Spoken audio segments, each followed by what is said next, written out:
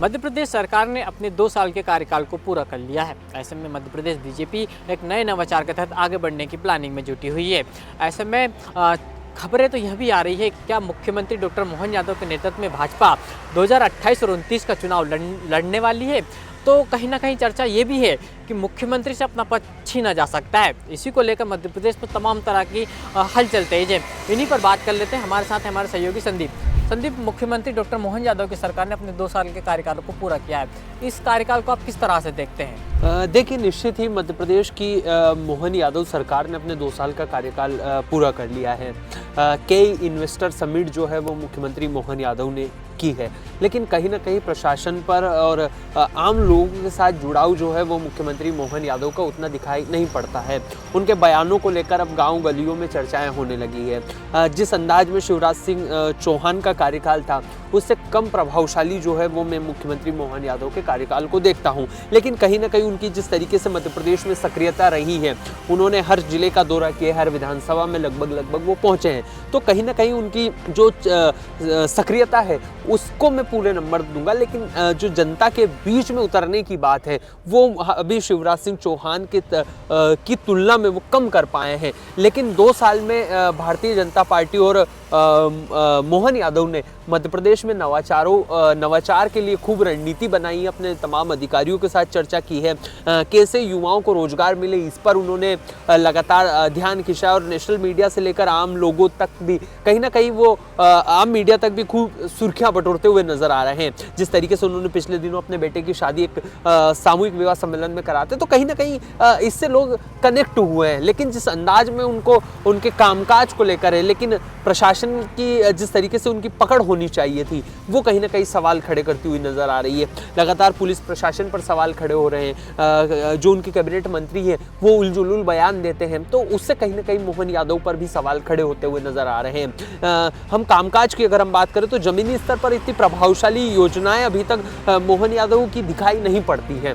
लाडली बहना को उन्होंने कंटिन्यू रखा है, लेकिन वो चुनावी योजना थी, अगर नहीं रखते तो कहीं ना कहीं विपक्ष जो है उन पर ज्यादा हावी हो जाते, तो उसको रखना पड़ेगा। लेकिन कुछ नई योजना, नई रणनीति, नई स्ट्रेटजी वो मेरे को इतनी प्रभावशाली दिखाई मध्य प्रदेश में पड़ती हुई नजर नहीं आ रही। तो हमें एक सामान्य रूप से जो मुख्यमंत्री का रहता है, हालांकि वो बहुत हाइपिंग के साथ, बहुत तेजी के साथ मध्य प्रदेश में सक्रिय रहे हैं, लेकिन सक्रियता के अलावा अगर मैं दूसरे पृष्ठ से अगर देखूं तो कहीं ना कहीं मुझे ज्यादा प्रभावशाली उनका जो 2 साल का जो कार्यकाल है वो दिखाई नहीं पड़ता है। सचिन भाई, तो मुख्यमंत्री मोहन यादव की सक्रियता तो मध्य प्रदेश में काफ़ी है, लेकिन क्या वो सरकार की योजनाएं लोगों तक नहीं पहुंचा पा रहे हैं? नहीं, योजनाएं पहुंचाना वो एक अलग बात होती है।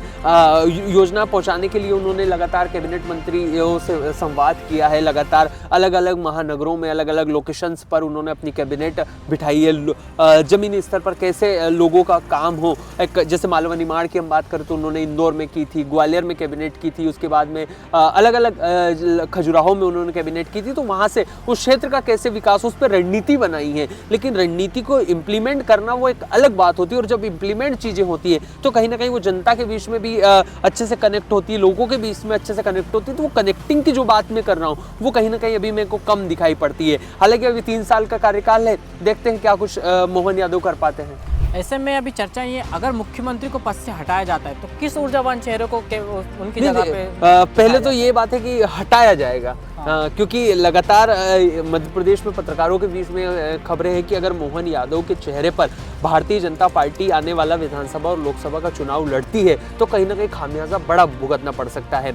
क्योंकि कहीं ना कहीं शिवराज सिंह चौहान की तुलना में मुख्यमंत्री मोहन यादव इतने प्रभावशाली दिखाई नहीं पड़ रहे हैं। तो ऐसे में कहीं ना कहीं मोहन यादव को हटाने की जो रणनीति है वो मध्य प्रदेश में भी बनने लगी है। और मैं बात कर लूँ कि वोटिंग प्रतिशत, पत्रकारों के बीच में अक्सर नंबर्स का बड़ा महत्व होता है, तो ये भी चर्चाएं चलती रहती है पत्रकारों के बीच में कि अगर वोटिंग होती है और शिवराज और मोहन यादव की अगर तुलना की जाए तो शिवराज सिंह चौहान आज भी मोहन यादव से बाजी मार जाएंगे, मोहन यादव को कम वोट मिलेंगे। तो कहीं ना कहीं अब खबरें आ रही कि रिक्स जो है वो भारतीय जनता पार्टी मोहन यादव के चेहरे पर चुनाव लड़कर नहीं लेगी, क्योंकि मध्य प्रदेश जो है वो भारतीय जनता पार्टी का सेफगढ़ माना जाता है और प्रयोगशाला जो है वो मध्य प्रदेश आरएसएस की और भारतीय जनता पार्टी का मध्य प्रदेश रहा है। तो ऐसे में आने वाले चुनाव में अगर खामियाजा जो है वो मध्य प्रदेश में अगर भारतीय जनता पार्टी को भुगतना पड़ रहा है तो कहीं ना कहीं लोकसभा के चुनाव में उनको नुकसान हो सकता है। तो ऐसे में मोहन यादव को हटाकर वो ऐसे सेफ चेहरे पर या फिर किसी नए चेहरे पर चुनाव लड़ती हुई हमको आने वाले दिनों में दिखाई देगी। अब आपके सवाल की बात रही कि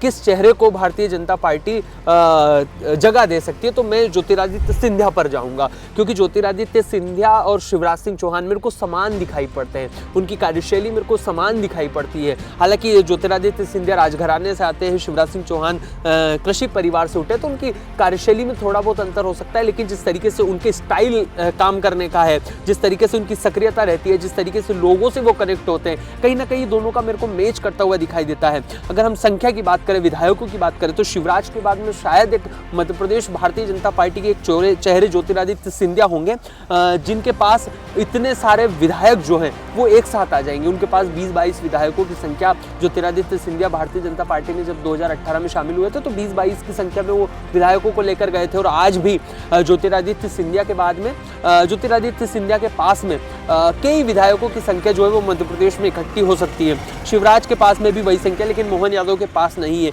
तो मैं ये सोचूंगा कि अगर शिवराज सिंह चौहान को रिटर्न मध्य प्रदेश में भारतीय जनता पार्टी करने की रणनीति नहीं है, उनका मूड भी दिखाई नहीं देता और ऐसी खबरें भी नहीं चलती हैं, तो कहीं ना कहीं ज्योतिरादित्य सिंधिया के चेहरे पर भारतीय जनता पार्टी जा सकती है। और ये लगभग तय भी माना जा रहा है कि भारतीय जनता पार्टी मोहन यादव के चेहरे पर आने वाला चुनाव लड़ती हुई नजर नहीं आएगी, और ज्योतिरादित्य सिंधिया के चेहरे पर कहीं ना कहीं भारतीय जनता पार्टी अपनी मोहर लगा सकती है और उनके चेहरे पर ही चुनाव जो है वो बीजेपी लड़ सकती है मध्य प्रदेश का।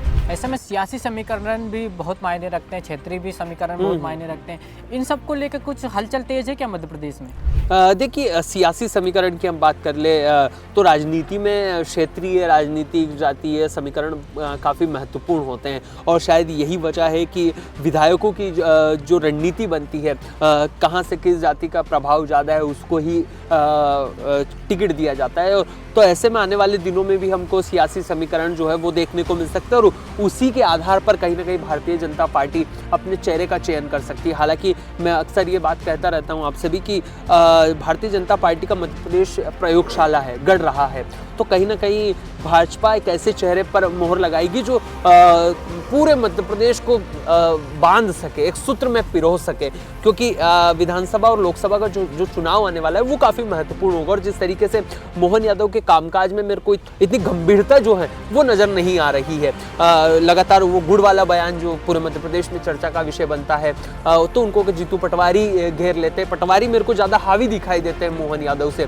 पटवारी की जिस तरीके से इन दिनों कार्यशैली है, जिस तरीके से उनकी सक्रियता है, वो भी कहीं ना कहीं मध्य प्रदेश में चर्चा का विषय बनती है। तो कहीं कह सकते हैं कि मोहन यादव के लिए अच्छे दिन जो है वो आने वाले मेरे को दिखाई नहीं पड़ रहे। मेरी पत्रकारिता तो ये कहती है, लेकिन भारतीय जनता पार्टी का प्रयोगशाला मध्य प्रदेश रहा है। जातीय समीकरण को साथ कर भारतीय जनता पार्टी एक ऐसे नेता पर जा सकती है जो पूरे मध्य प्रदेश के नेताओं को एक सूत्र में बांध सके, और कोई भी रिस्क जो है वो भारतीय जनता पार्टी के लिए ना हो।